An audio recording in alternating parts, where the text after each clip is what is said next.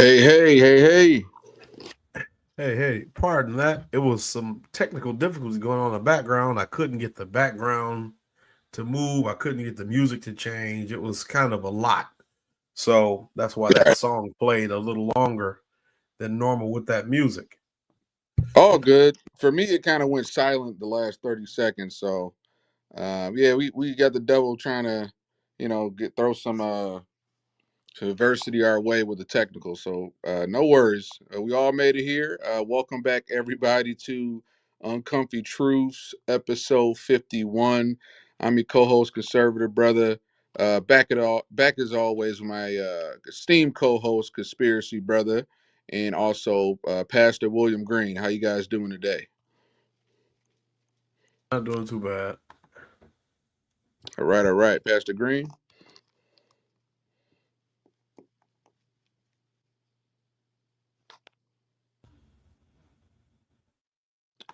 Pastor Green, you there? Mic check.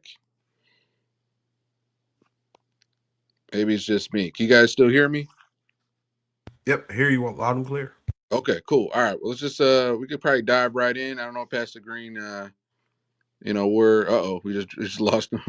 All right. So anything could happen in Uncomfy Truths, and we're also on a bit of a time crunch today, so we might this might be a record breaking short episode. So conspiracy brother, you can go ahead and pull up the topics.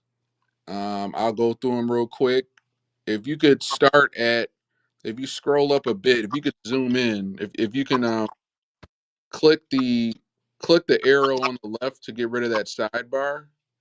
Yep, and then if you could zoom in a little bit more, I'd appreciate it. I wanted to just show you guys really quick. We've been talking about for a while getting some shirts going, and in the meantime, until we get a merch shop up with T-shirts, yeah, you probably go to 150. Yeah, yeah. In the meantime, I just started making a list of our different sayings and just started putting a collection together. So I got my saying. I say it a lot. The left selective outrage always exposes their hypocrisy. Another line of mine. I survived California. I know Pastor Green, you had a few good lines, but I know one of yours is "and I yield," which I think just says a lot. You know, I know there's a couple more too, but I know that's one always rings true. If you keep scrolling down, all right. Conspiracy brother, non-citizens should be non-issues. That's the new classic one. Also, now you mean to tell me, conspiracy brother, good one there. Then this one I kind of thought of a little recently. The art of noticing just doesn't apply to Zionists when it comes to things we're supposed to may or may not notice. Maybe illegal is the new kind of pregnant. And finally, the classic one of mine, open borders is the new DEI. So look out for these, our Uncomfy Truth listeners and watchers. These will be coming to a merch tea shop near you, or if anything, we'll be promoting this. You might see little images of this on our socials, because we quoted it. You heard it here first. All right, so let's head on over to the topics. We're gonna try and keep these maybe to like a 5 to 7 minute max. I know I got a lot going on here. But our first topic, Trump DOJ considering firearm ban transgenders. And basically, in the wake of the Minneapolis Catholic school shooting, which is very unfortunate, I have that topic down there as well. 2 kids killed, I think about 10 or 15 injured. They're starting to float this idea, whether it's just Trump trying to trigger the leftists or whether there's any, merit to it. That's starting to be floated. I shared below just some fun facts about Pam Bondi, and just for the record, I'm not for this. I think once again this can kind of set a precedent. Once again, a friend of mine mentioned like, unless they were convicted of a felony or they ended up committing the crime, even though there are a lot of these transgenders that we notice that end up being behind this. A lot of times we're dealing with maybe MK Ultra. We're dealing with a lot of times these troubled, mentally ill folks being put in this position and being planted or being like, they're not always acting alone. I don't think, where they get a hold of these weapons and end up in these places and doing these things. So I'm not for that because once again, if anything, that at some point, if the Dems ever get back in office, they could turn that around and say we're mentally ill for some reason, and so I think it has to be on a case by case basis. If there's clearly violence involved, where that person is flagged trying to buy a gun and they recently had a case of violence or something related to their transgenderism, then yes, But I just wanted to kind of mention that, and then also I kind of mentioned at the bottom about just some fun facts about Pam Bondi. She has some problematic ties to the left in the past, and and then even now with some things she's been doing, kind of with the over anti-Semitism, kind of virtue signaling. But I'll let you guys go really quick. We want to maybe keep things to another 5-7 minutes, but let's just keep it focused just on the topic itself. So, what are you guys' thoughts on once again the Trump DOJ floating a firearm ban? Uh, Well, yeah. let me say this. I think being transgender should be illegal. Period. Mm-hmm. We're dealing with crazy, demented people. Any man that will go in public and claim he is a woman, will dress as a woman, is crazy. And the same is opposite of any woman thinking she could be a man. And I think in light of this is the sixth or seventh shooting by a transgender individual. I mean, the term transgender is in Congress. It has no meaning. It is just it in itself is crazy. You cannot change what you were born as. And the whole thing about this whole thing with transgenders, it just needs to end. It needs to be stopped. Period. Being transgender should be against the law. We need to stop playing with these people. We need to stop placating these people. These people are crazy, and they have shown us that they are dangerous. And we need to call a spade a spade. And we need to say that being transgender, period, should be against the law. And that's how I strongly feel. And I All yield. right. All right. Hot take. Okay. All right, conspiracy brother, you're up. I'll keep it to about 5 minutes, and we can move on to the next topic. But your thoughts on this potential fire ban law against transgenders? Yeah, so Trump is probably wording this intentionally to be controversial, but he could probably legally do this if you preface this or the prerequisite for this was behind the idea that gender dysphoria or whatever is a mental illness, in the same way that the ban on transgenders in the military is not really because a person is transgender, but it's because they have been diagnosed and seeking treatment for a legitimately recognized mental disorder. And Right. so, the same way, if someone's schizophrenic, they already have limitations on their ability to own and operate firearms.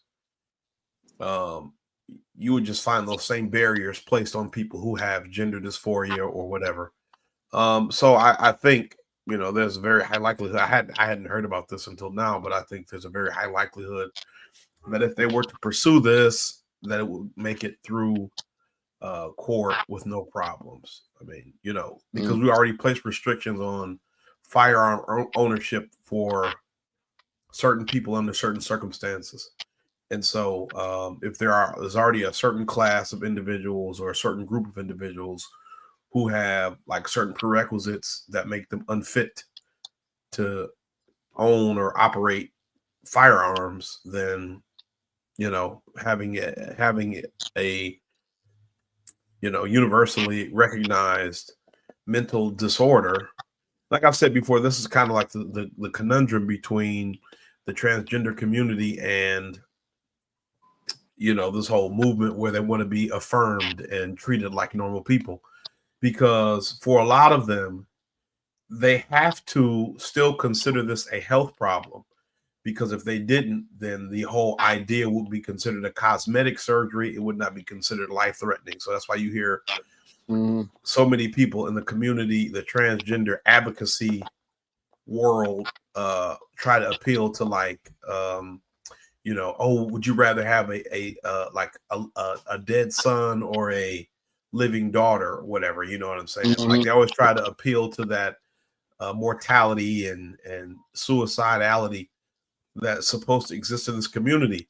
Because if you make it a healthcare issue, you know, then it's something that's treatable through insurance and stuff like that. But if you just make it a cosmetic thing and it's no longer a healthcare issue, then you have to cover this on your own. It's just a superficial thing that you're doing, and it has no medical or health benefit.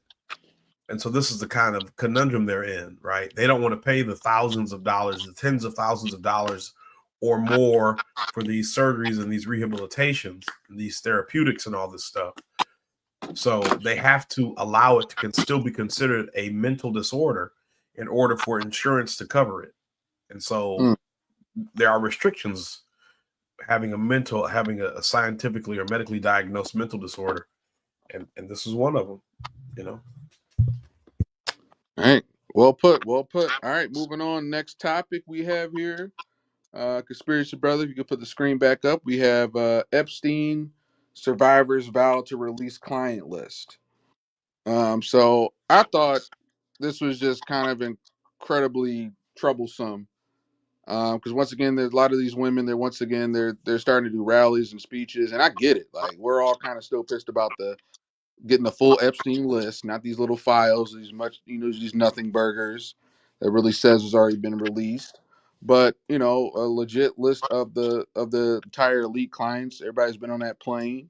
So my only criticism is, why don't you guys consult your lawyers, meet secretly, and just release it?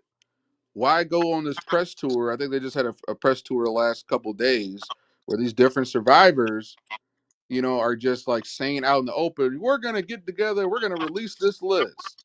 And I'm thinking this was really a legitimate ploy or a legitimate movement you guys were trying to do. You just meet up with your lawyers, meet privately, and then just do it if you had it.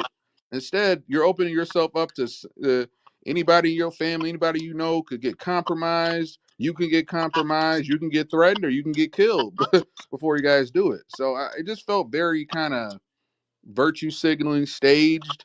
And once again, I'm not trying to knock these survivors who have been through this stuff, and there's just varying different degrees, but it just seems like they're being propped up and they're kind of just giving us more of a political theater show. Like there's maybe somebody got in their pockets, or there's some organizations or forces have gotten to these women to have them come out here and say that instead of just doing it. So those are my initial thoughts, but I'll go ahead and let you whoever wants to talk about these Epstein survivors coming out and Well, saying they. I think the survivors, they did that initially, which originally brought light to Jeffrey Epstein. Yeah. It was the survivors themselves that were speaking out before. Mm-hmm. And the only thing that resulted out of all of that is, yes, Epstein got arrested, he got locked up, and then he got killed. And the only thing that's been released is a bunch of redacted files that's really saying nothing. So I really feel these women are doing what they're forced to be they're forced to do. I mean, when you hear President Trump say the whole thing is a hoax, I'm just dumbfounded by that. Yeah. I'm dumbfounded by that. How can you be making promises to release something when you're running for re-election, and now that you're there, all of a sudden everything's supposed to be a hoax? Yeah. I mean, where's the logic? Where's the truth in that? So this is the one thing that I question Trump. I say he's lying when he said this is a hoax. Mm-hmm. And I just believe these women are doing whatever they have to do to get justice and to bring light to the situation. You know, I listened to that Ghislaine Maxwell interview. She lied when she said Bill Clinton was never there. How can Bill Clinton be on that plane 23 times and never been to the island? I mean, Right. this goes beyond nonsense. This goes beyond lying. I mean, we're seeing something being covered up right before our eyes, you know, and I applaud these women for coming out because Mm-hmm. this is something that we can't let go by. And as I said, I believe this is going to be Trump Damascus Road experience because this is not going to go away, nor should it go away. So I applaud these women, and I think more people should support them in their efforts to getting to the truth, because Right. this whole thing is not a hoax. Yeah, and I'm hoping they kind of put that out there because maybe they don't have the means or they don't have the direct connections to actually get it released because they're saying they're vowing to do it themselves. But I'm wondering, like, you're kind of putting yourselves in a line of fire. Like, you still have to talk about it, but I'm just wondering if they said we're going to release it ourselves. Like, how do you guys have that access? And are you giving up the element of surprise? But conspiracy brother, your thoughts real quick. We got about 5-7 minutes, and we'll move on to the next topic.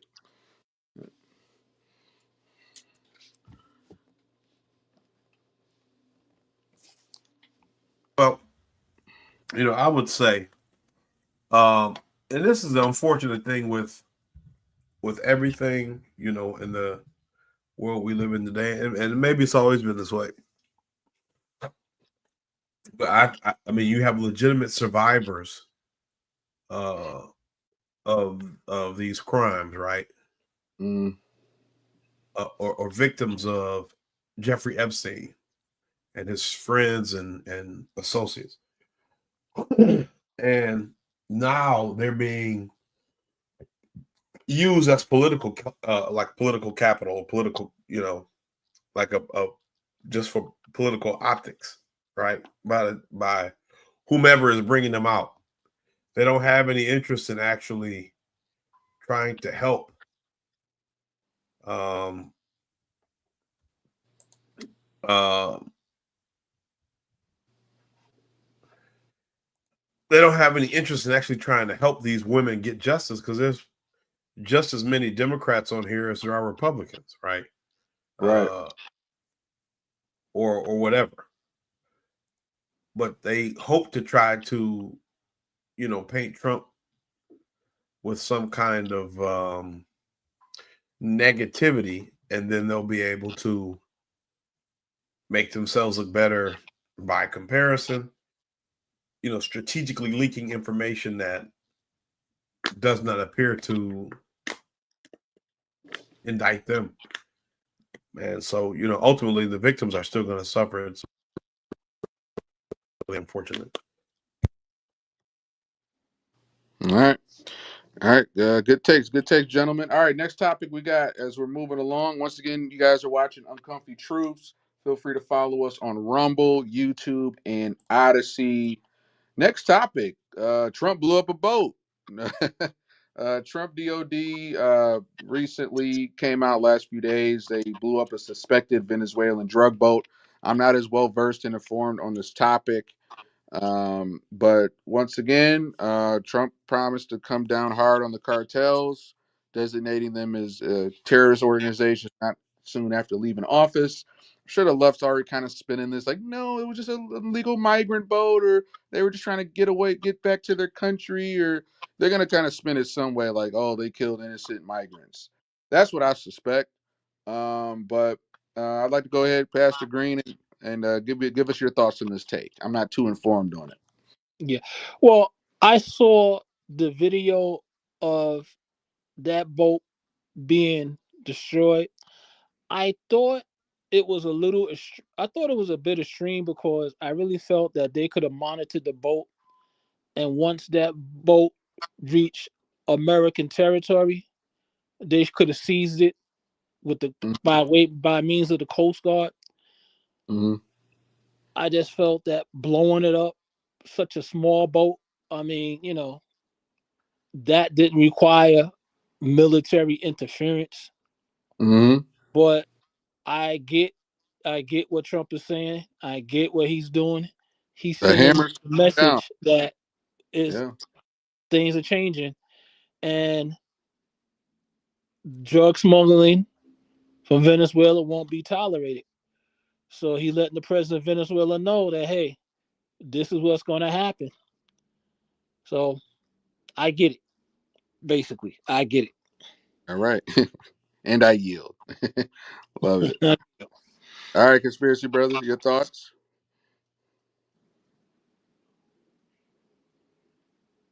on the Trump Venezuelan? I intended to. I intended to look more into this because I didn't really know anything about it. But I mean, hey, Trump has made a point to tell people that he was going to try to make it as discouraging as he could for people to come here. So I think this is just, I mean, based on what you guys have said, this is an example of that. But I don't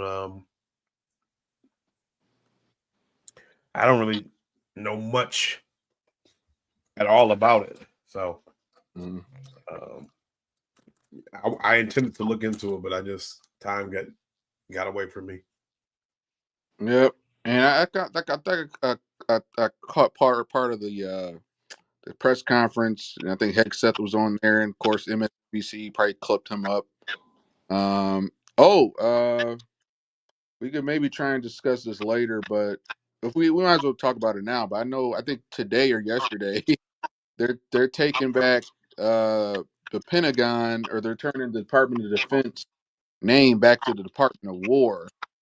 Um, so apparently the Department of Defense and the Pentagon will go back to being the Department of War. So I thought that was kind of interesting. I don't think it's a good idea. I think Trump, Department of Defense is fine. Especially if you kind of run on like ending all the wars. Renaming a department war, not a good look. All right, so I just want to kind of put that out there. Just you I know, agree. That's not a good look. yeah, Just keep it for Department of Defense because everything doesn't have to be war from the Pentagon. I mean, the Pentagon, the U.S. military has been indulging in areas of protecting people and I without going think to war. also, I think a lot of this is kind of peacocking, and I think once again, Trump did make it clear, I'm gonna come in here and clean it up and let people know. So hopefully, this is either a temporary ploy, like maybe when he leaves office or after the midterms, they change the name back. Like, okay, yeah, we got enough backlash. I think Trump is peacocking a little bit too much, but once again, I think his bark is bigger than his bite, and of course, the left is going to freak out. They freak out about that. But sometimes you don't want to give the left too much ammo unnecessarily. Because Right. media is going to keep doing what the media does. All right. Next topic. If I We could, got, if I could interject one thing, yeah. Mm-hmm. I think after seeing China display its weapons, and you saw Putin, I see Kim where you're Jong going. Un, Yeah. the Prime Minister of India, listen, we're not prepared for what they have over there. And if That's a good anything, point. yeah, we're not prepared for that. No, that's a United good States point. military is not That's a good, prepared. because Putin, of course, is going to flex and the left freaks out. But when it's China, the CCP, like the left is just like the blind Bart Simpson meme. They don't even, they have no criticism for China or North Korea, all these other countries. So I get it when Trump has to be like, I gotta flex on you a little bit and show you guys what's up. Left in the media runs down, oh my God, he's a dictator. And it's like, well, did you just see what China was doing with the Exactly. I flexing mean, they were doing? But y'all act so blind to that. That's what trips me out. So I kind of yeah, see that now. Like and we're I can not see, ready for that. yeah, exactly. We're not ready for that. If China wants to try to take Taiwan, we're not prepared to stand against China militarily. Mm-hmm. So we need to really dial it back Mm-hmm. and figure out what we're going to do, because when I saw that military parade of China, I mean that just gave me like, wow, that Mm-hmm. was we're not ready to deal with that. And Yeah. this is why this nation better start coming together as one and stop all this divisiveness. And I Mm-hmm. yield. All right, conspiracy brother, your hot take once again: Trump renaming the DOD the Department of War. Bad timing, or is he like, hey, I gotta peacock a bit for China over here trying to do the same thing? Justified, or is this like a long term? This is gonna blow up in his face. Some of the stuff I think is a distraction, and like I think he's intending it maybe sometimes to be like maybe like trolling, honestly, Mm-hmm. you know. But and I think a lot of it, it used to be called the Department of War until like World War II or something, or World War One. It Mm-hmm. was known as the Department of War, and they changed it because they wanted it to be, like Pastor Green was saying, they wanted it to be a sign of defense and like peace, uh, and not, war. But I mean, I think some of it is really just trolling, to Yeah, be but honest. the left, they're gonna eat it up every time, and Right. MSNBC, CNN, they're gonna get their fodder. They loving it over there. They secretly hope Trump will win again because they're loving the ratings. They're It's living like, MS now.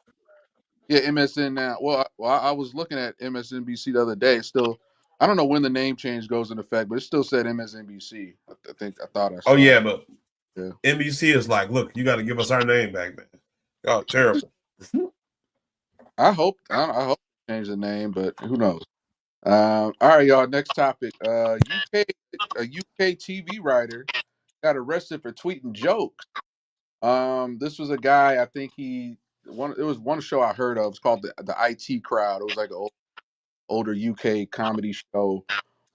He's a comedian. He's posted a series of tweets. Some of them were a little spicy. Some of them he was like, "Yeah, if you see a trans person, punch him in the face." But overall, he was kind of just criticizing, obviously men being in women's bathrooms, all that sort of stuff. A barrage of tweets. So, they tried to claim it was like inciting violence. You know, there could be a small case for that, but it's free speech. But there's no free speech in UK. So you have like J.K. Rowling coming out and denouncing this, and Elon Musk, and even a lot of British officials as well. So it's kind of scary. I mean, it's nothing new with the UK, how they do it over there. There's no free speech. You got to kind of fall in line. The left wing kind of open borders agenda. So this doesn't surprise me at all because this has happened. There was a guy a few years ago who wrote some things on Facebook. Police showed up at his house and he was recording it. So this doesn't shock me at all. This shouldn't be surprised, but it's just more of the same. So Pastor Green. Well, as you said, it's not surprising because overall, if you just want to be honest about it, there's no such thing as free speech in the UK. I Mm, mean, pastors cannot even preach on the streets. They're being arrested for that. We see people being arrested because they're demonstrating or they're speaking out against illegal immigration in the UK, and they're being arrested for that. So, and I really believe this goes back to the influence of Islam and Sharia law. mm. Yep, yep. I could speak a lot on that. Good conspiracy brother, your thoughts? Um, I mean, I was telling somebody, I guess crazy how V for Vendetta was like a blueprint for the UK government. It was like a, you know what I'm saying? It was like, oh wow, let's do this for real. You know what I'm saying? So great movie. I don't know. They don't have guns, so I guess they'll have to start running around with long swords and samurai swords, like they say, in order to start any revolution over there. But I don't think they will, because a lot of these countries have gotten so brainwashed into believing that doing things that look like America is negative, and so they don't have they don't have firearms because they think that makes them look like America. Just like Canada, they're all like, anything America does is wrong. So, but I'm not surprised. Really, yeah.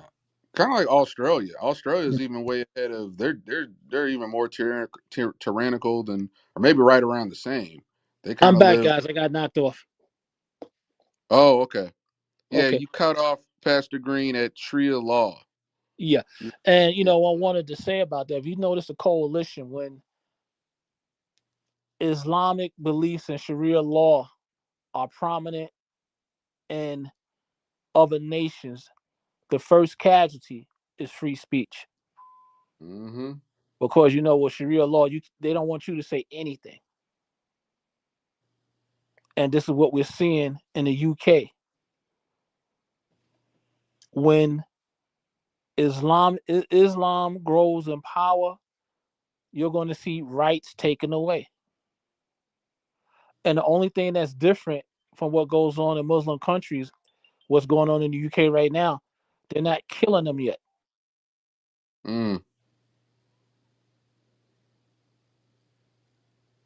Man, Pastor Green, you still there?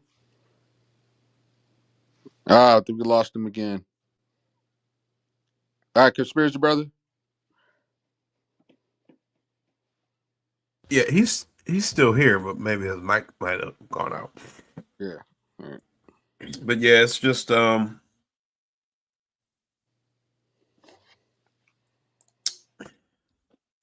UK is in a very weird position right now.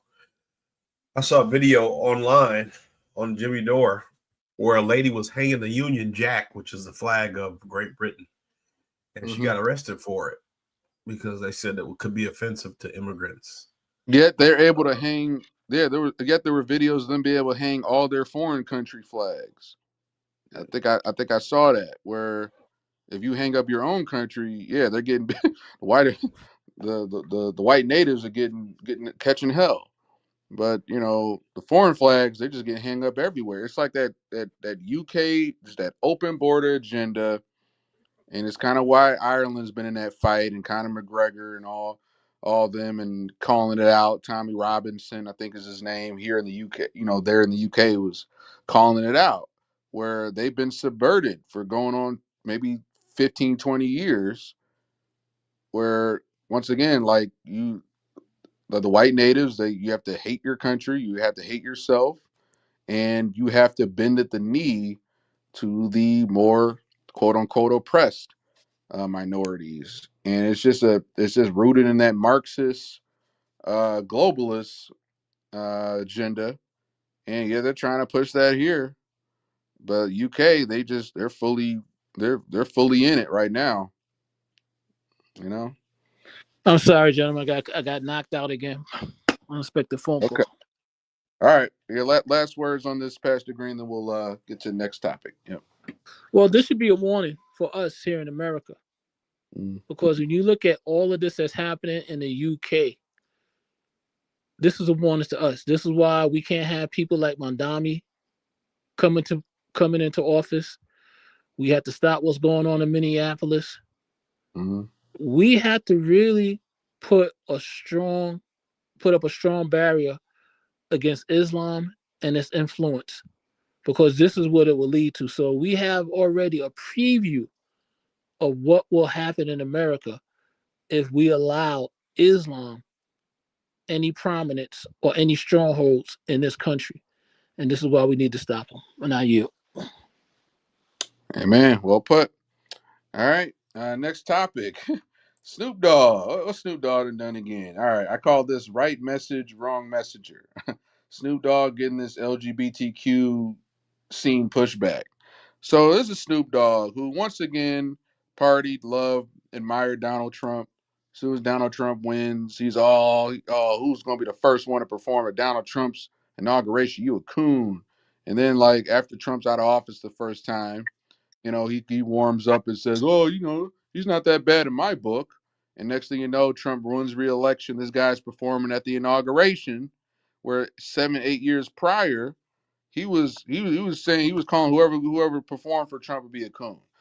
So Snoop is really, I can't be mad at him. He's just a classic flip flopper celebrity. I'll do whatever it is for money. All right. And most celebrities, whether they vote left or vote right, I have no feelings about who they vote for or who they tell me to vote for because I'm not going to listen to them. I have very little tolerance or even like wherewithal for a celebrity. But the context behind this is that basically he went to go see that new Buzz Lightyear movie, like the Toy Story spinoff, and they had a scene in there where there were two moms, and I think Snoop Dogg went with his grandson to go see it. Grandson started asking questions, and then Snoop Dogg said on this podcast interview, like, man, I just want to go see the movie. I ain't got time to be through all that and everything, and and I think Snoop Dogg should have known better. I think maybe part of him he's now starting to grift because the wind is blowing toward you know, America, MAGA, Trump's in office. So I think he's trying to grift a bit just so the Trumpers can kind of be like, yeah, conservatives like, yeah. But end of the day, he's grifting. And of course, the internet is going to internet, and it's bringing up clips of I think Snoop Dogg being at Pride and him being like in a he was on this LGBTQ HBO show or something back in the day, So internet's going to internet. Left's mad at him. Other people just thinking he's just pandering. So I think much to do about nothing, but really Snoop Dogg for years had the music that I admit I listened to a lot, back in the day that just objectified women, that kind of almost promoted this sort of weird kind of semi homosexual like lifestyle of just like dudes, just the hip hop and stuff like that. 'Cause we all know there's like a fluidness to all that stuff that they promote in hip hop. So he's been part of that whole agenda, just the more sinister, debaucherous hip hop agenda. So really, like I said, right message, wrong messenger. You know, but Pastor Green, if you want to give your thoughts on that. Yeah. And the bottom line is this: truth is truth. And no matter who you are, God will reveal truth, even to the point where God will make you say the truth. And as you say, Snoop Dogg has been known to be, debaucherous when it comes to women, his music and everything like that. But yet, when he had to answer his own grandson, he couldn't lie. He had to speak the truth. Yeah, I'll give him that. You And know, what was the truth he had to speak? Two women cannot make a baby. So, mhm. what we're seeing, a lot of these satanic strongholds that come through the LGBTQ, they're being broken down now. Because let's face it, the only reason they came to get this much power and influence is through fear and intimidation. But overall, what's happening, people have grown tired of all the lies that the homosexual community wants to perpetrate on the rest of us. And this is a part of it because Snoop had to tell the truth when it came to his own grandchild. So, if anything, even though, yeah, he may be flip flopping because, yeah, he was all on that gay pride nonsense and whole lot of other celebrities, which is why we should never even listen to celebrities as rational adults. Right. We should never listen to celebrities. But this Ever. goes to show you that God is going to triumph. Mm. because the truth is being spoken. And he'll even make the ungodly speak the truth. So I'm just encouraged by what's going on because, truth can be held up, but it cannot be stopped. It's going to come out in the end. And this is a perfect example of it. So I'm glad. I'm glad that he spoke the truth. I'm glad they're mad at him. But truth is truth. And God is going to make it so that truth will be spoken. And I yield. All right, and I mostly agree. I'm once again cautiously optimistic, and just like with Trump, Trump's like an imperfect vessel. A lot of Christians and conservatives like, I'll never vote for Trump because he was unfaithful. He did that, and like, well, let's look at your closet. Let's look at what you've done. That you do in the shadows or did in the shadows. So I think Snoop Dogg may have back walked a bit, or walked back some comments. So I'm not optimistic long term, but yeah, I'll take the small win. If he's willing to call that out. I just think once again, when the pressure's on them, a lot of these celebrities, they get the call or they get the PR agent to draft up the perfectly ready statement on how I support the LG. So I think he walked back a bit with that. But I will give him props for at least speaking out in the moment. Conspiracy brother, your thoughts on Mr. Snoop Dogg's too little, too late epiphany? Yeah. Well, see, I don't even know if it was a situation where he's trying to pander, but like when you listen to what he said, he says that the two female characters had a child in Buzz Lightyear. Mm-hmm. And his grandson said to him, how can two ladies have a baby? And he said, I didn't know how to answer that. And that's not something I was prepared to have a conversation about with Right. like a 10-year-old and a 6-year-old or a 4-year-old. Right. And this movie came out, like 2-3 years ago. So they were even younger. And so, I don't think he was trying to make a political statement. I think he was just having a conversation about the state of the world today. Mm. I have young kids and I have to vet the shows that they want to watch before I allow them to watch them because of these same reasons. Like Netflix has a show about Sam and the guy from Green Eggs and Ham, because he never has a name. Sam is the little guy who is trying to make the big guy eat green eggs and ham. Mm. And so from what I saw online, the Sam I am appears to have some type of romantic feelings about the guy in the show. Seems to insinuate or articulate in some way that he would like to have a relationship with him or be in a family with him, more than just friends or feeding him green eggs and ham, like, just to be an annoyance. And you wonder why that's in a kid's movie about a book from over like 50 years ago. Over 60 years ago, this book was written. Why are you trying to make a show about it with these seemingly homosexual undertones or maybe even overtones, right? Because I didn't watch it. I just read about it. Oh no, not Dr. Seuss. Man, Right. ruined. There's another show that my kids were watching, and my son was watching it, and he's 4, and he's young enough that he couldn't really get a lot of it, but he was looking at it, and there's like a transgender character in it. And so, you ask, why is this necessary in kids' media, right? And so, a lot of the argument being said is, oh, well, this is normal and kids should be exposed to this. But the problem, and I think this is the big misconception when you look at the civil rights movement, and you try to make it analogous to any LGBT struggles, is that when you look at the civil rights movement, Black people already existed in the world, and we were already in very intimate relationships with white people. in their homes and in their families, right?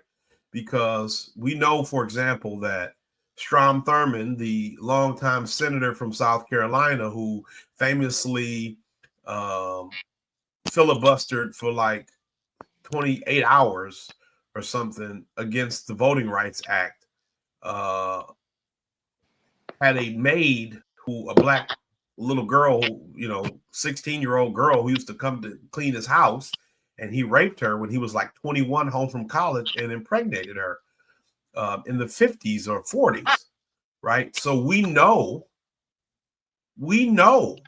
that we've already had these kinds of relationships with white people. Frederick Douglass's father was white. Booker T. Washington's father was white, if I'm not mistaken. Right. So we already have had intimate relationships with white people. The civil rights movement was merely an opportunity for black people to be able to move freely in a country that they paid taxes to, that they lived in, that they fought and bled for in war, that they built and created in economically, right? But the LGBT struggle is not that. It is a struggle that is inherently built around sexuality. And sexuality is always, in my opinion, something that should be private. Right? And heterosexuality or homosexuality should be private. The reason why heterosexuality is more common is because if you have two parents and you're in a household and your parents show affection with each other, you see that on a daily basis, and it becomes normal. It becomes normal because that is, by definition, normal to see. Right? But when you see a situation where there is two men or two women, or a man wanting to be a woman or a woman wanting to be a man, or some kind of flip-flopping or switching, that is not normal.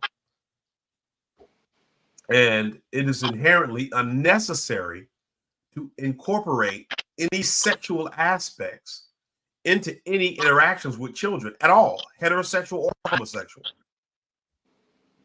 And because anything with the LGBT deals inherently with sexuality, it should just be off limits.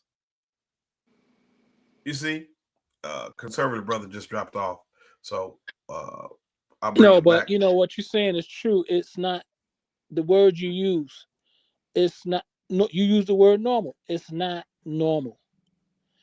And again, as I said at the onset of this conversation, some of this stuff needs to be illegal because I was born in 1964, and at the time of my birth, you had sodomy laws.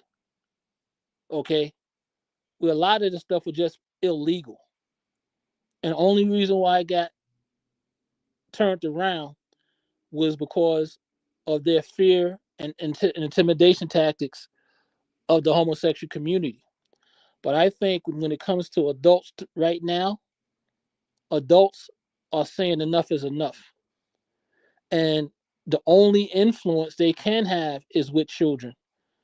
And that's why all of this needs to be taken out the classrooms. This is why entities such as Disney should be boycotted, because all they're trying to do is infiltrate the minds of these children with sexual perversion, and it needs to be stopped.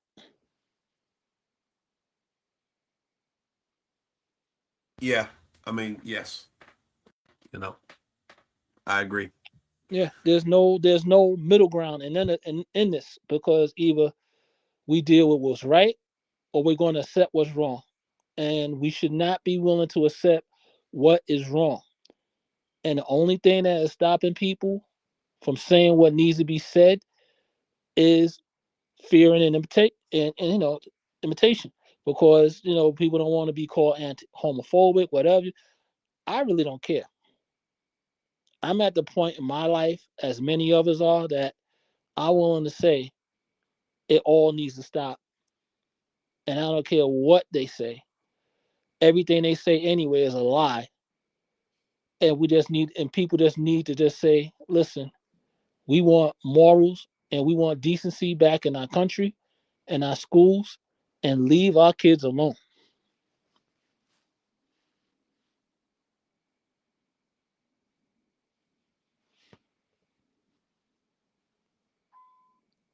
Agreed.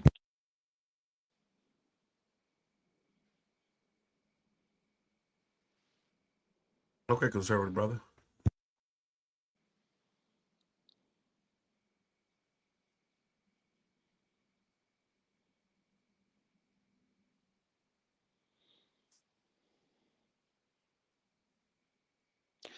And while we're on this topic,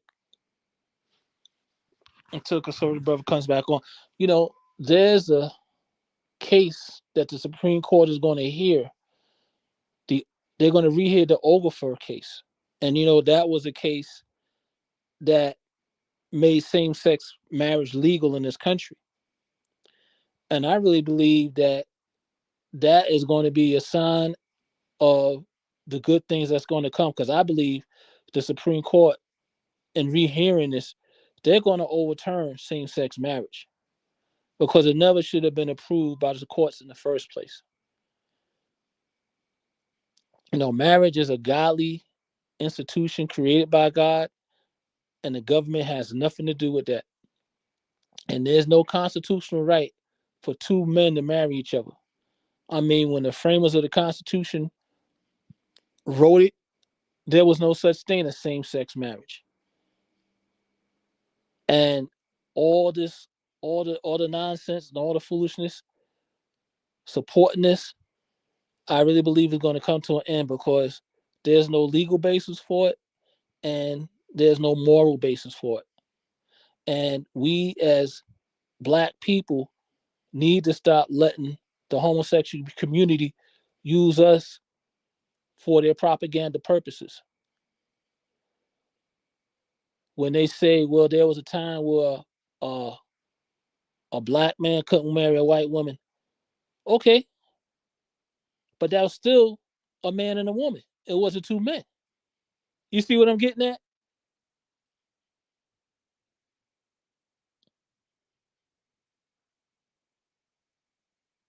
Yeah, and I mean, even like what I've said, it was a hypocrisy because we had already been mixing anyway. Right. Right. So it was an idea that had already existed. We had already been related. We'd already had intermixed families where at the core of this, you're exposing children to a sexual idea that does not need to exist. My oldest is 10 years old. My youngest is 4 and I have a 7-year-old. I don't even need them talking about kissing, opposite sex individuals. I don't need them to think about that. I want you to focus on doing schoolwork, learning to read, learning Exactly. to be productive members of society. And so this idea, that you should be focusing on sexuality or gender or how these things fit together at this age is ridiculous. And that we would allow these institutions to push these messages onto our children, is really, it's a malpractice on our part collectively, as society, right? That we think it shows a sign of some kind of higher tolerance or some kind of higher moral capability that we're accepting of people and their differences. And I'm still not saying, I'm not saying that we should harm any of these people. I don't necessarily think making something illegal should be a harm. I don't think just because something is illegal necessarily makes it a harm. It's illegal to drive a car without a seatbelt. That doesn't make it a harm. It doesn't harm you to wear a seatbelt. That's right. You know, That's right. But I think the very differences in the way that this is all dealt with is lost in the idea that this is just another civil rights movement, right? If you want to be treated like normal people, that's fine. But the idea that we have to accept men in women's spaces, men dressing like women or pretending to be whatever you want to, that we have to accept that as normal, or we're bad people, that we essentially have to go against our better judgment and evolutionary history or biological history, or scientific information and the natural world and the spiritual world, whatever you use that helps you to determine how the world should operate in general, right? Every day, and the 90% or the 99% of cases, that when we defer to that we're bad people, that's a problem. That I'm not going to kowtow to, the 1% of the population who believes something or who thinks something about themselves that is provably false, doesn't make me a bad guy. Right. Exactly. Because if you don't agree with someone's lifestyle, that doesn't make you a bigot. That doesn't make you wrong. As another example of a sexual wrong. I don't agree with swinging. I don't agree with polygamy. Okay. I mean, you think about it when it comes to swinging and polygamy. What normal, healthy-minded man is going to watch another man have sex with his wife and be in agreement with that? So just like how the Bible said, men are the continuous inventors of evil things. And when we see evil things coming to pass, we got to speak against it, take a stand against it. And all this sexual perversion. I mean, listen, just like you said, a child shouldn't be exposed to this. There should be no such thing as a transgender youth, as a homosexual youth. Just like you said, our little children should be focused on being children, learning, and that's it.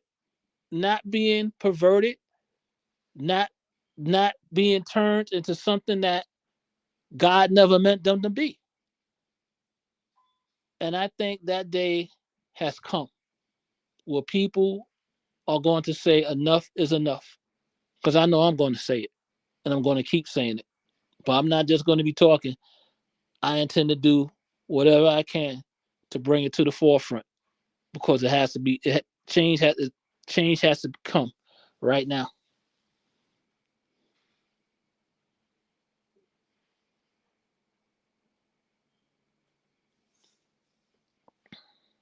I don't know, we're conservative, brother. We can move on to the next topic.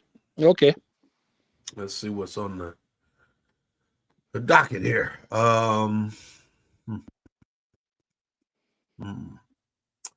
Minneapolis school shooting, Cracker Barrel, John Bolten raid, new flesh-eating virus, NFL, male cheerleaders,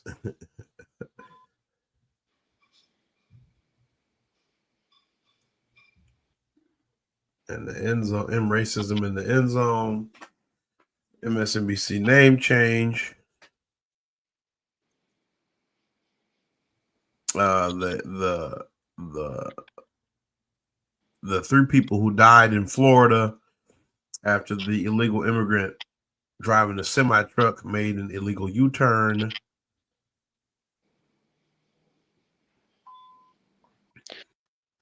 Let's talk about that flesh-eating virus.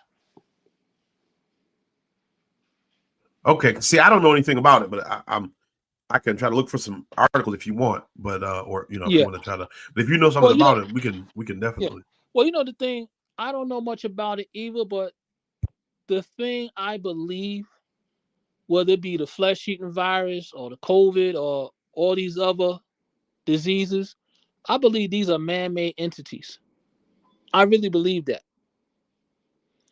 And when you talk about these things, these things always come up at the time when, if they want to control people, right before they want to control people, they'll create something. First, I remember when I was younger, it was a swine flu. Now then, it's COVID. But a lot of these diseases were wiped out years ago. I mean, I even heard about different diseases such as leprosy coming back. How are these things coming Yeah. back, and how are these things resurfacing?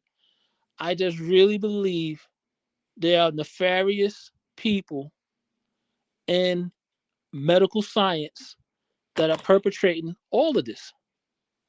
Mm-hmm. Can you I guys really hear me? believe. Can you guys hear me? Yeah.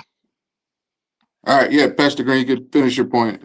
Move on to then we can move on to the next topic. Yep. Yeah. Because a lot of these diseases, even drugs, when I say drugs, I'm referring to crack, LSD. All these things are formed in laboratories.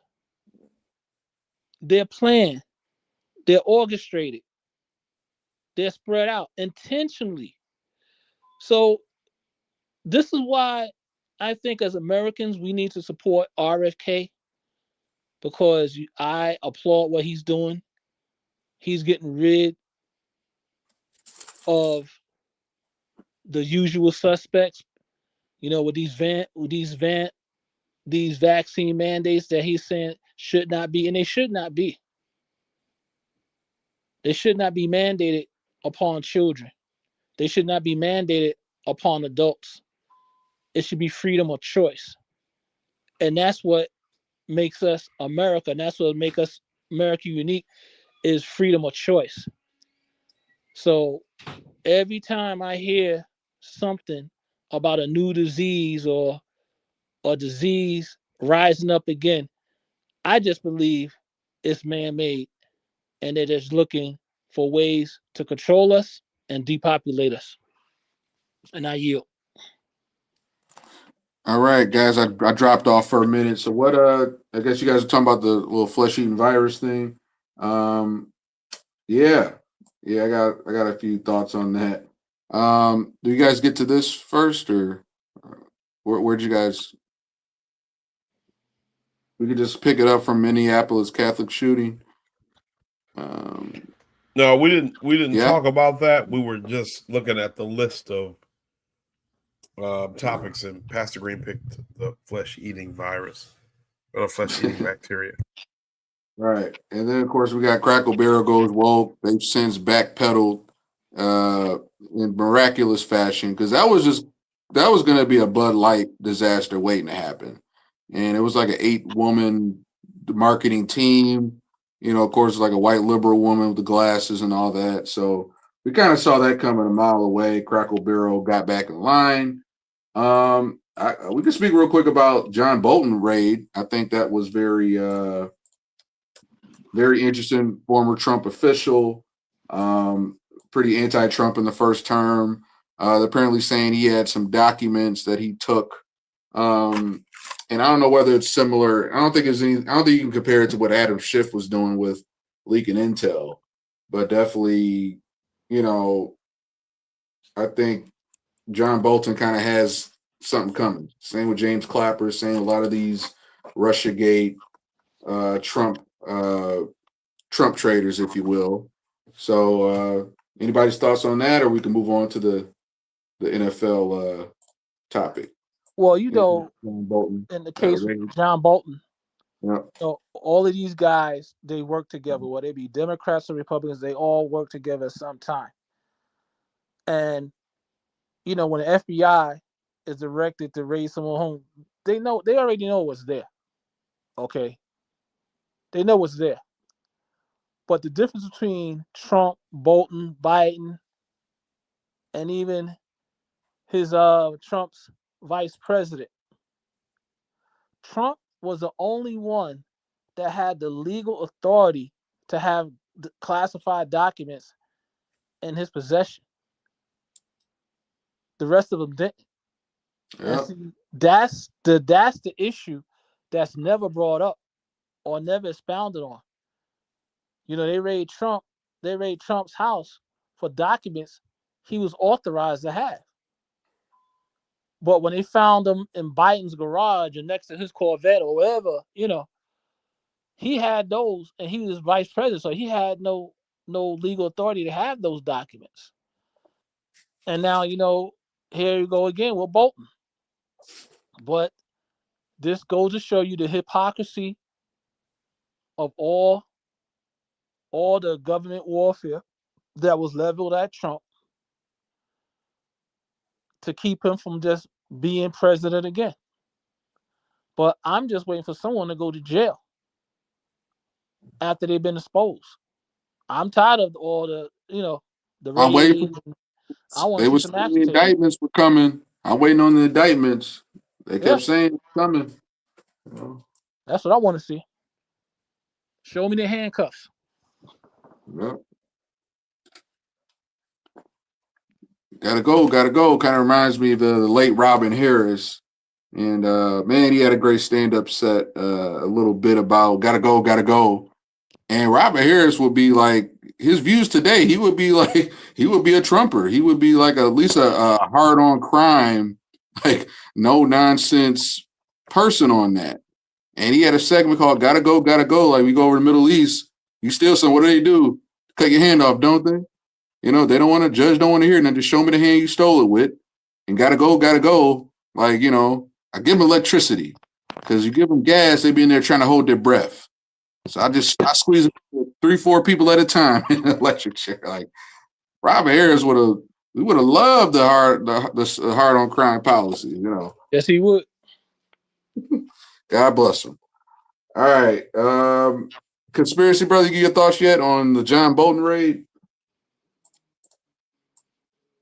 Well, yeah, I mean, he's not allowed to legally declassify anything. And he wrote so much information in his books. Like, this is something I learned from watching, I think it was Danny Haifong, and he had Scott Ritter on his show, but it could have been someone else. But anyway, they were talking about the declassification stuff and the whole thing with the declassified documents with John Bolton. It could have been John Mearsheimer and Alexander Mercouris too. But anyway, what they were saying is when you have classified information, you're not even just bound to the information on paper, but you're bound to your thoughts in your head. Like, you can't share your thoughts. So he wrote a book and he put information that was classified in his books, and he would always write notes. So even if it makes total sense. But if you hear a classified conversation and you write notes about that conversation somewhere privately, separately, that's still considered transmitting classified information. You would still be, found guilty of violating whatever the statutes are about handling classified information, and so this is very likely what he did in trying to, and I'm sure a lot of them have done this, writing their books, trying to give the most authentic accounting of their experiences in the White House to make a better story. But you can't even have your memories. Your memories are classified. That's So, true. of course he did it, and it's justified. And John Bolton is an evil man, so it's not like we need to try to. And no one here is doing it, but this is happening a lot in the mainstream media. They're trying to deify him now because Trump doesn't like him, and it's look, whether he's liked or not, he appears to have violated federal statutes around the handling of classified information. And if the president can get in trouble for it or have his home ransacked over it, then a former security advisor can certainly have his time wasted and his life made a little bit more difficult for doing something significantly worse. Because at the end of the day, Trump can declassify anything in his own name as president, right? At any given moment, as long as he's president, he can declassify things. He doesn't need any special prerequisite to do it. So, it is what it is, but that's all I got. All right. Great take. Moving right along, we kind of hit up on this. The LGBTQ agenda continues. NFL doubles down on the woke. They even this past August during preseason, they've been introducing. They brought back like the in racism zones, and they got like male cheerleaders. They've been kind of pushing that more. So just more about the globalist agenda. Under sheep's clothing. The sheep's clothing is a globalist agenda, but it's really depopulation agenda that's underneath that. So it just continues this, don't have kids, focus on your career, sterilize yourself, sterilize your kids, and then, gay it up. And, so it's just more of the same kind of brainwashing agenda we got over here. So NFL also, like many other these companies, they're in bed with the ESG agenda. And the ESG agenda is basically Wall Street. Wall Street's been infiltrated by this global agenda, and they're basically saying, hey, if you want to get this Wall Street funding, you need to hit these ESG scores, and that means having this amount of diverse candidates in your space. And they had the whole thing this past season where all different black coaches, you had to interview this many black coaches and hit these DEI, ESG standards in order for you to get this money, and in order for the executives and others to get their bonuses as well. So there's that whole agenda of money at the end of the day, but it's wrapped in that global agenda. So next we got Trump. That Trump hosts Zelensky, I think, a week or two ago, as the Ukraine war continues. I don't know if anybody has any thoughts on that. Feel free about Zelensky coming back to the White House with an all-black suit. And any fashion people out there, anybody's not good on fashion, just realize you don't wear a black suit, a black jacket, black shirt, black suit, just tacky. But anyway, anybody's thoughts on the Trump Zelensky meeting? Well, we already see that Vladimir Putin is going to do what he wants to do, irregardless of what Trump says.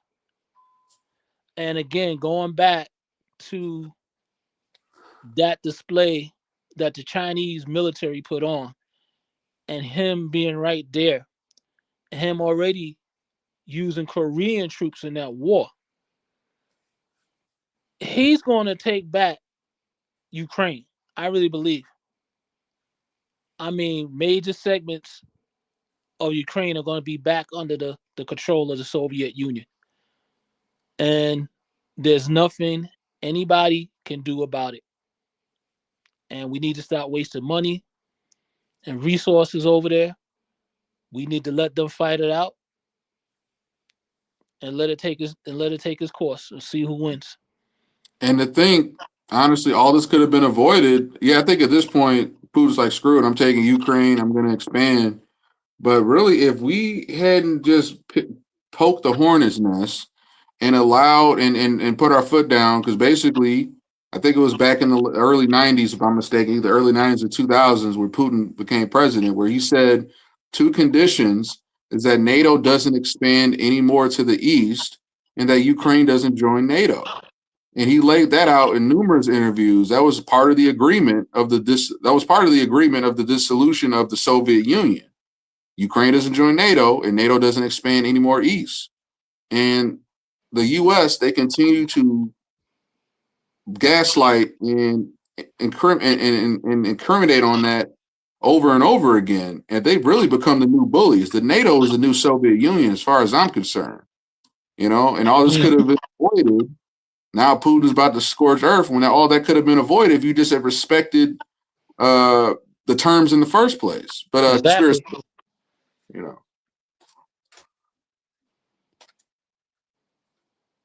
Yep, conspiracy brother, you're up. Yep. Or did you already give your thought? Well, I mean, no. I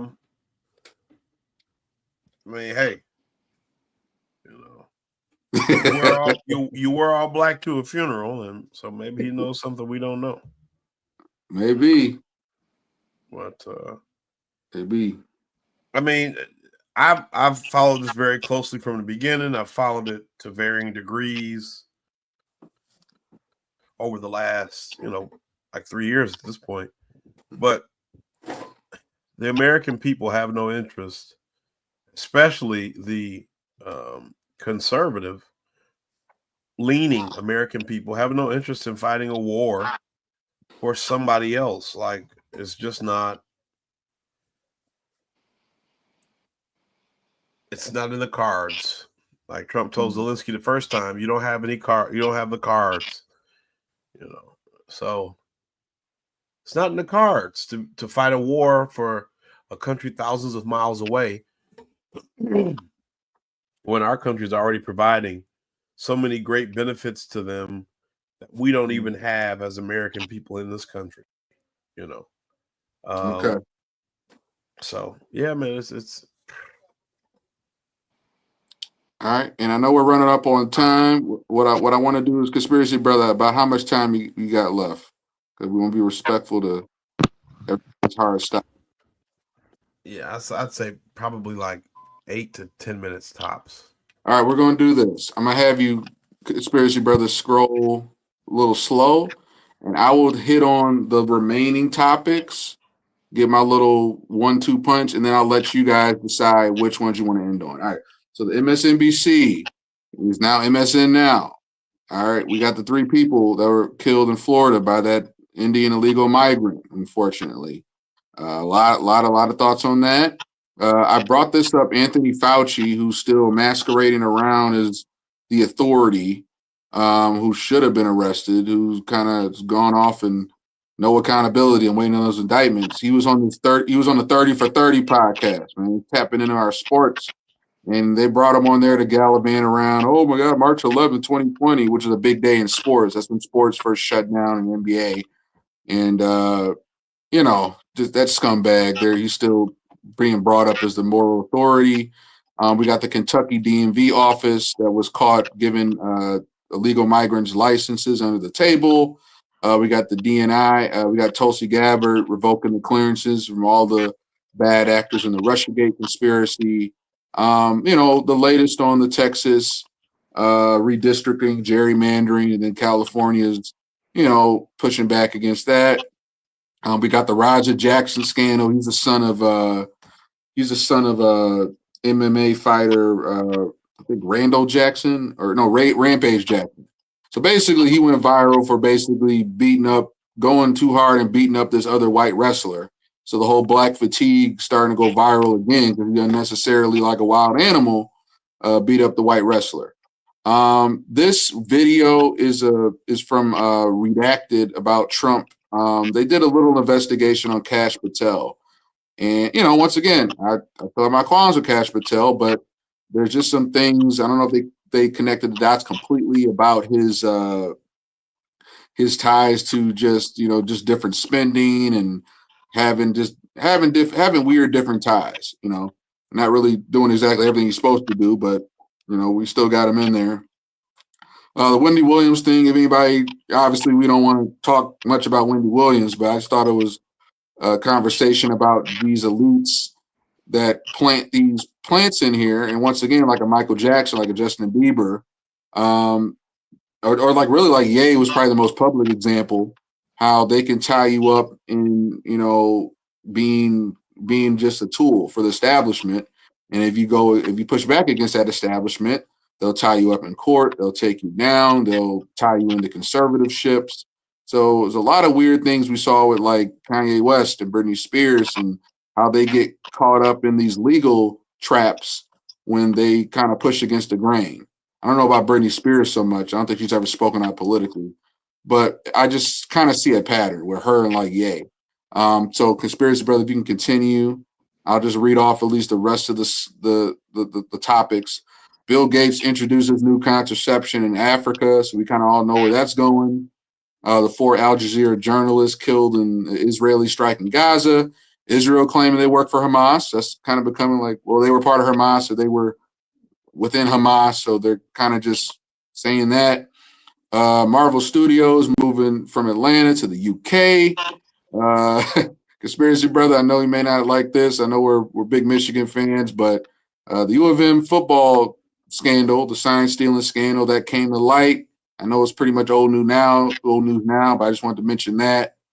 AOL shutting down dial-up service after 35 years. Is that just, an innocent, hey, whatever, we have Wi-Fi now, or is dial-up service like the last independent, string or last hair from us having like landline capability in case something happened? I don't know. It's my little conspiracy hat going off. And then finally, if we have some time, conspiracy brother, if you had extra time, you can maybe give us quickly your last 5 people we should be following. So that's my general thoughts on the rest of these. So I'll let you, Pastor Green, real quick, whichever one of these topics you want to hit on as we wrap up the show, like take a pick from the smorgasbord. Well, I think we should talk about the scandal in Kentucky because that coincides with the accident with the 3 people got killed in Florida. Yep, there you because go. that illegal should never have had a driver's license, let alone a CDL. And he got this in California. And we see, I don't know if you ever seen pictures of people driving in India, but it is like a mess. Man, it is a mess. They hopping on like 20 on a bike. They're all over the train size of the train, and man, but when they get behind a vehicle, I mean, it's total chaos. So you have them selling driver's licenses in Kentucky to people who shouldn't have had them, and if we think that just goes on in Kentucky, then hey, I got a bridge in Brooklyn to sell you. It's going all over the United States. And I think now that the sister had the bravery enough to come forward and how she got fired for that, that should be a crime in itself. Okay. And you see the thing with the illegal driving in Florida. He actually saw you can actually see that minivan slamming into that truck, and he was like had a sore attitude. I mean, no remorse whatsoever. He's like, it's just Tuesday. It's just Yeah, Tuesday. I mean, I couldn't believe it when I was looking. I mean, you actually see that van slam into the tractor, into the trailer, and he act like it's nothing. So what?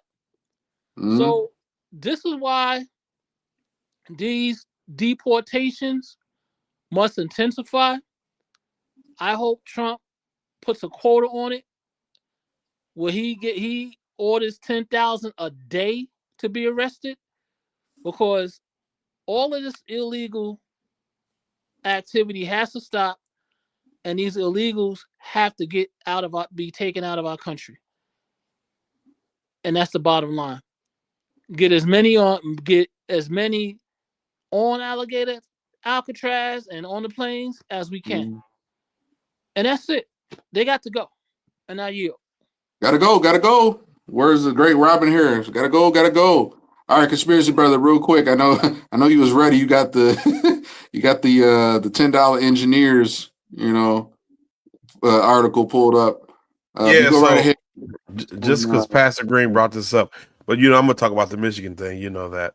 But so it said 7 engineers suspended after $2.3 million bridge includes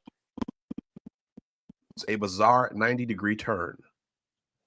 They said they ever had to make a 90-degree turn? No, that's the problem. In India, 7 engineers just got suspended for designing exactly that. A brand new $2.3 million bridge in Bhopal, India is going viral, not because it solves traffic, but because it bends at nearly a 90-degree angle.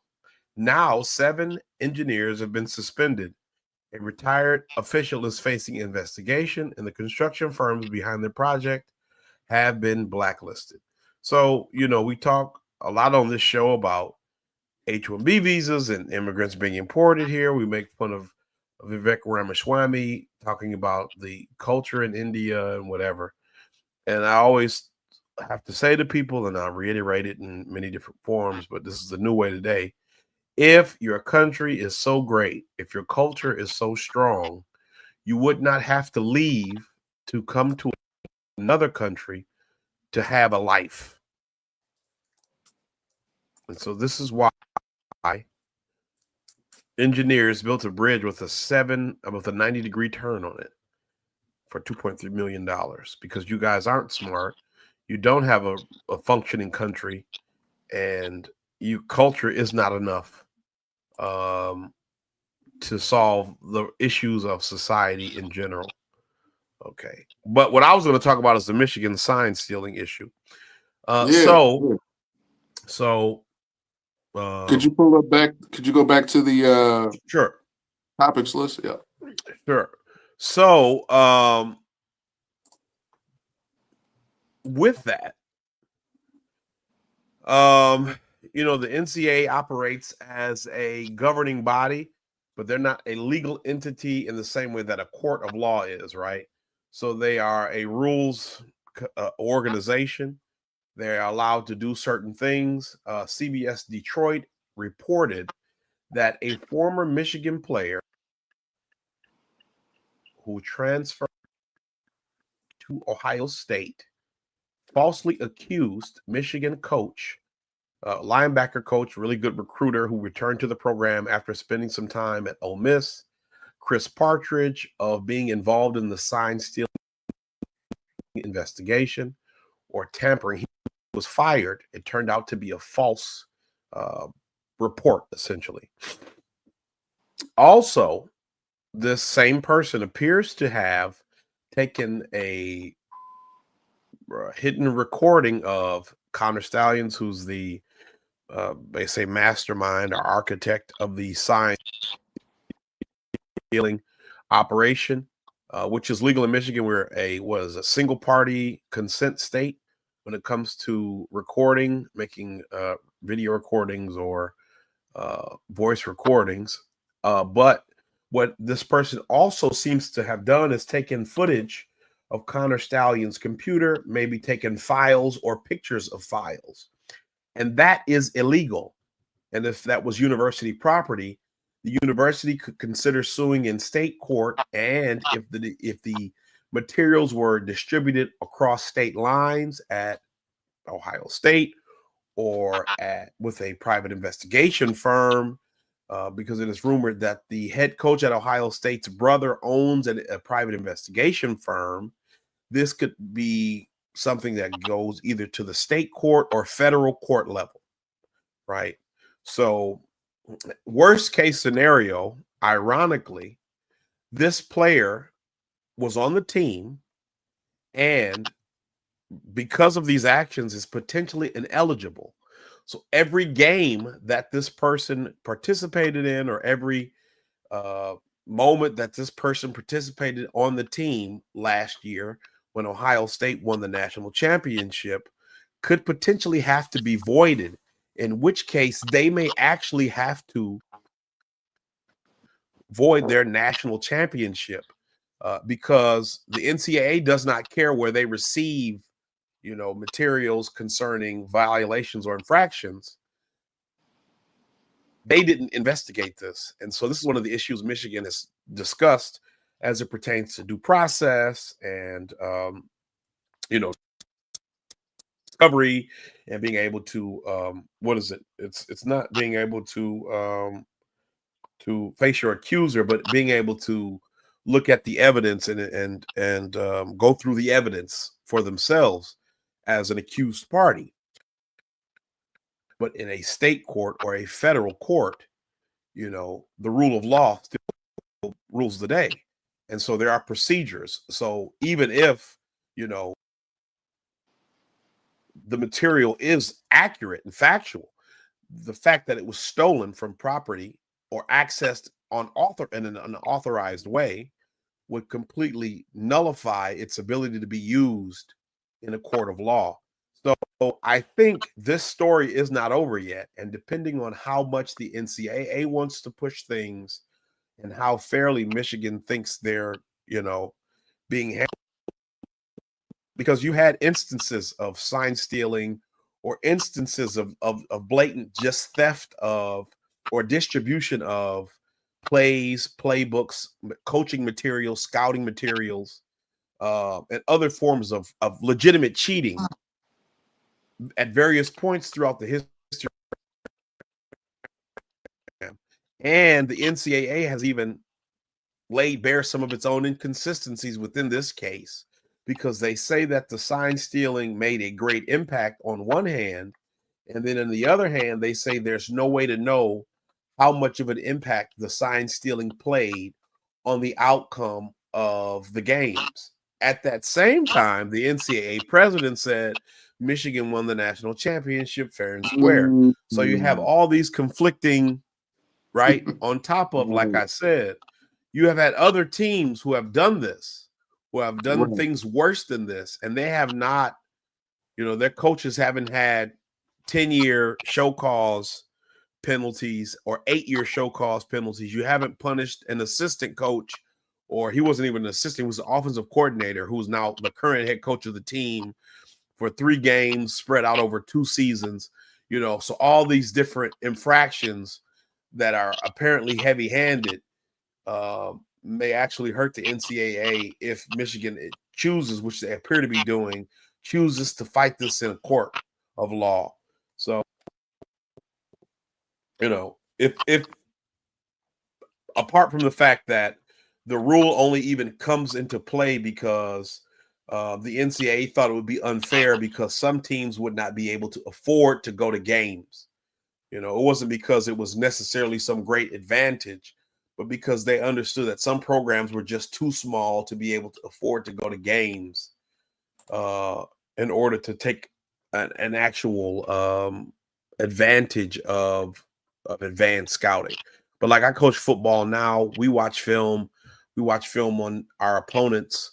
We watch film against our opponents on other teams. We look at scrimmage footage. And so, you know, at the college level, where all the games are televised, where you literally have up to, you know, 100,000 people in the stadium who could be recording at any moment, there's no real way to track and know who's doing what. And so this is all entirely overblown on the part of the NCAA, but they're still trying to hold on to the last highly political. It's the last few gasps of power that they have before they are rendered completely useless. So, you know, but that's it. Very interesting, man. Conspiracy Brother, that was a masterclass. So even those guys watching, even though if you're not college football fans, at the same time, a lot of the uncomfy truths and the political stuff we talk about, even if it hits home for us, I think we can always connect the dots and find parallels with that. The main narrative is just, oh, U of M, they got away with it, and they're like the number 4 largest endowment, and they got people in their pockets. And I'm thinking about, well, who else is in the NCAA's pockets? Maybe playing both sides, you know? So yeah, good point. Because I was definitely I was pretty conflicted. Now I'm still kind of, you know, once you realize, like, well, aren't there people that steal signs a lot? You know, different teams do it. You know, so I mean, you know, the coach of Oklahoma right now, the head coach of Oklahoma, was the defensive coordinator at Clemson. And he stole signs as a matter of pride. He took pride in how quickly he could steal team signs. Yep. And before one of the bowl games against Ohio State, they actually Ohio State actually, like, they tried to hide because the coach was so paranoid about the signs that he didn't want to be in the same place. So, I mean, all manner of cheating in sports, and that's a part of it. But they pick and choose who they want to drop the hammer on, because I can show you right now pictures of Alabama football players with wads of cash and brand new cars, and they're in college. They don't have access to any money at this time that would have given them that type of car to drive. And those, well, this is this you're talking about pre-NIL? Yeah, long before NIL, 10, 15 years ago. Where you'd see Alabama players driving BMWs and Corvettes, and Mercedes Benzes and stuff like that. And they had no access to the money that would allow them to afford a vehicle like that, right? But under the table, they're getting paid, and the NCAA knew about it. And so, it's a game. It's a money thing. And even with the steroids, P. And Pastor Green, you could jump in whenever, as we're about to wrap it up. But yeah, even with Marion Jones, they kind of came for her back in the day, like 08, 09, Strip River Medals, Lance Armstrong. And I think even in retrospect, when they interviewed him, he was like, yeah, he just realized everybody was doing it. So he's political when everybody on the table's doing it. I know there's a new WWE documentary out on Netflix. And no, I think it was WWE. Yeah, I think it was WWE, like Unreal or whatever. And they really talked a lot about, kind of spilled the tea on the game going on. So it's happening everywhere, unfortunately. But when you see people getting politically, you see the people that they go after the hardest, it kind of makes you wonder. Yeah. And they should have been paying these athletes all along, because for decades these schools been making millions upon millions of dollars off of these athletes, and they've been profiting. Yeah. So like you just said, the NCAA is just a rules organization, tax exempt entity, and I just think it just they just need to be phased out. Yeah. But I think they destroyed a lot of college programs and careers by these these frivolous investigations. All right, so what if a kid, you give a kid, mother or father, a ticket to come to a game? That's a violation. I mean, but this is what actually has been done. Right. So I just think it's the time. The time has come. Just call it what it is. Sports is a business on every level, and pay these kids if you want them to play. Bottom line. All right.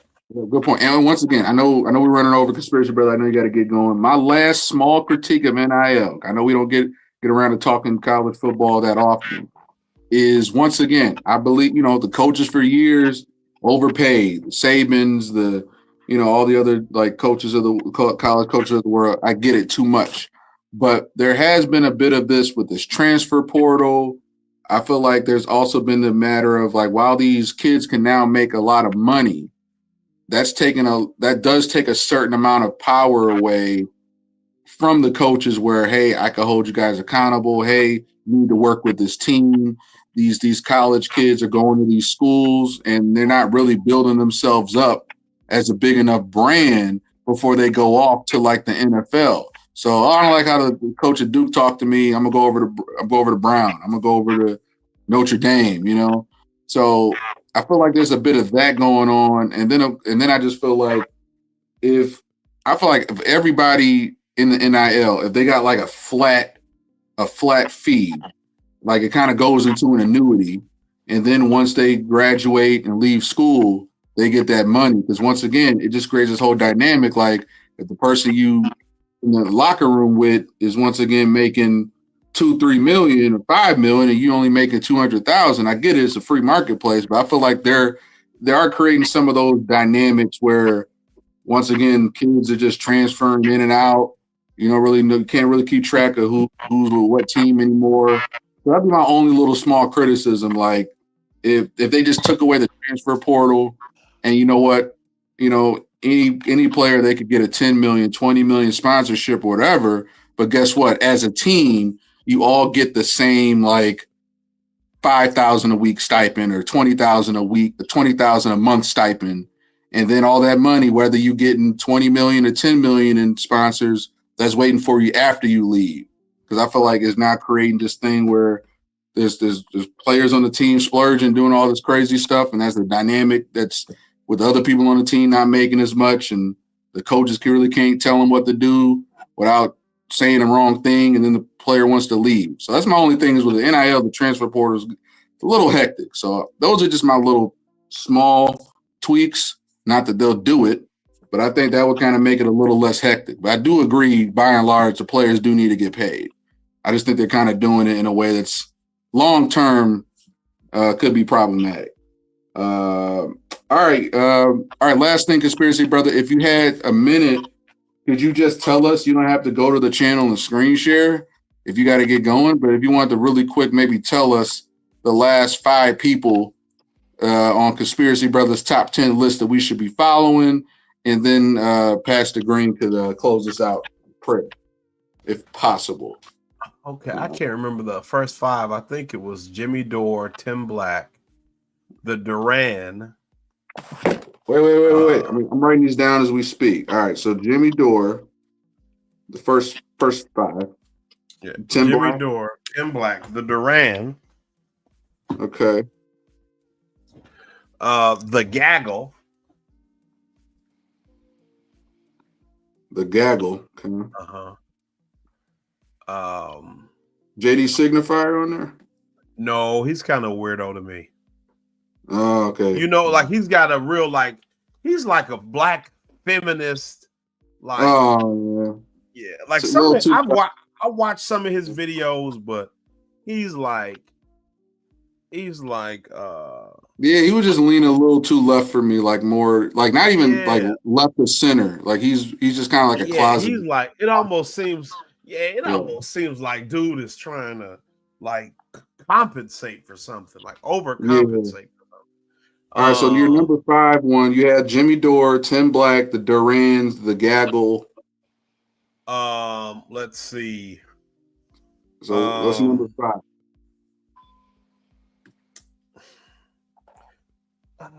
I watch a lot of law shows, so I would say Nate the Lawyer is a good one. Oh yeah, he's one of the best. I watch Nate the Lawyer all the time. Yeah, Nate the Lawyer is a good one.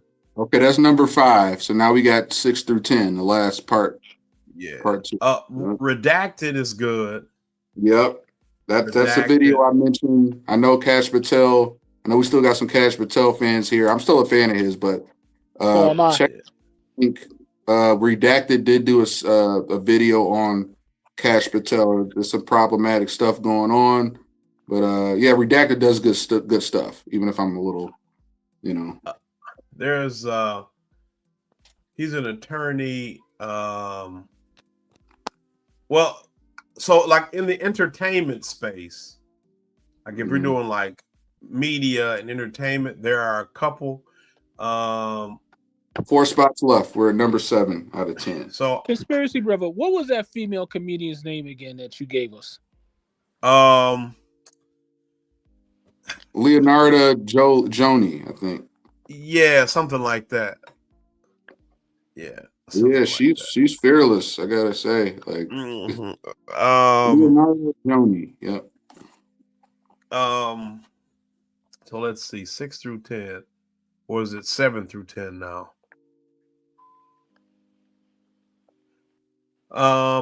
7.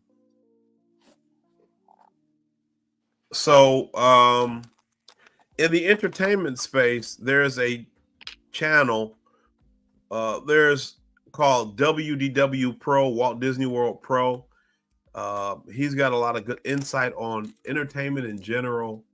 A lot about Disney, but just entertainment, and not from like a fan perspective, in the sense that everything he talks about is pro Disney, but it's very critical. It's a fan who's upset at the direction the company is going in, and would like to see the company improve. But he I has a will lot of tell you just while we're on that subject, and what was the full name of that again? WDW Pro. WEW Pro. WDW, Walt Disney World. WEW. No, D like dog. Or Disney. WDW Pro. Yeah. Because there's another fella named Cameron Pasha, an Indian guy. He works in the TV industry. Yeah. And he exposes a lot of how they use token minorities to bring them in during like Republican administrations to politically, peacock. And then they just sort of throw minorities to the side and just kind of like, to only fulfill this liberal agenda in TV, when it's convenient. So Cameron Pasha, that just reminded me because he does a lot. He goes in on TV, Disney, specifically in the film industry. Now, Cameron Pasha's on another show that I like to watch, Overlord DVD.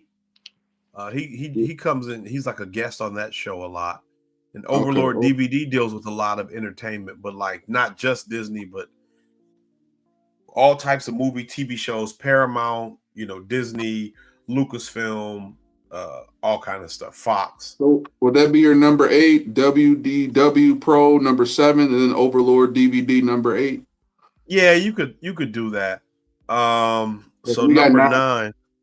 Yeah, number 9. I'm trying to think who I watch a lot, who I listen to that kind of gives me good information. I'm going through all the videos you sent me, so I could. What about you do send me a lot. The guy it's called The Post. Let's see here. No, I'm thinking of something else. The Post from Legion of Men. Oh, Legion of Men. Yeah, so he does a lot of good stuff. It's usually male centered, but it's not necessarily only male centered. But I mean, I guess if you're interested in a perspective that deals with a lot of male centered, kind of more traditional value perspective on the world, that would be he'd be a good one to watch. Is he a good one to watch? Is he making the list? No pressure.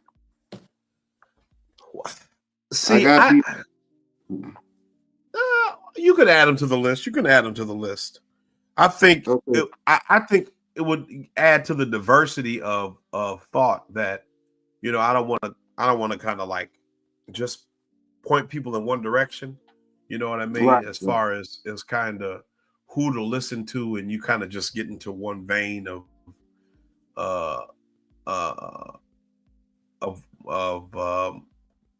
contributor.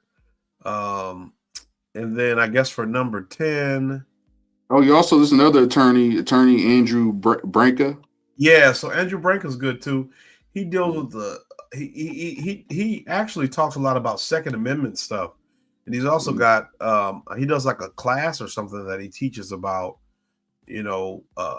Second Amendment, like how to protect yourself if you're ever involved in a Second Amendment situation. He'd be good. I forget what his full channel is, but it's Andrew Branca. I think it's Branca. Yeah, I see it here. The attorney Andrew Branca's show. Okay. Would he be your number 10 or somebody else? Yeah, you could put him there. I was kind of trying to toy between him and there's another attorney, Robert, I think it's Guevara or Robert Guevara, like Esquire or something, or Guevara. Oh, he's a good one too. Yeah. How you spell his last name? It's like Gouveia, I think. Groveo. Okay. Yeah. All right, we'll put him as 10B. All right. Yeah. All right. So that you heard it here first. Uncomfy Truth listeners, we got Conspiracy Brothers first. Official top 10 list.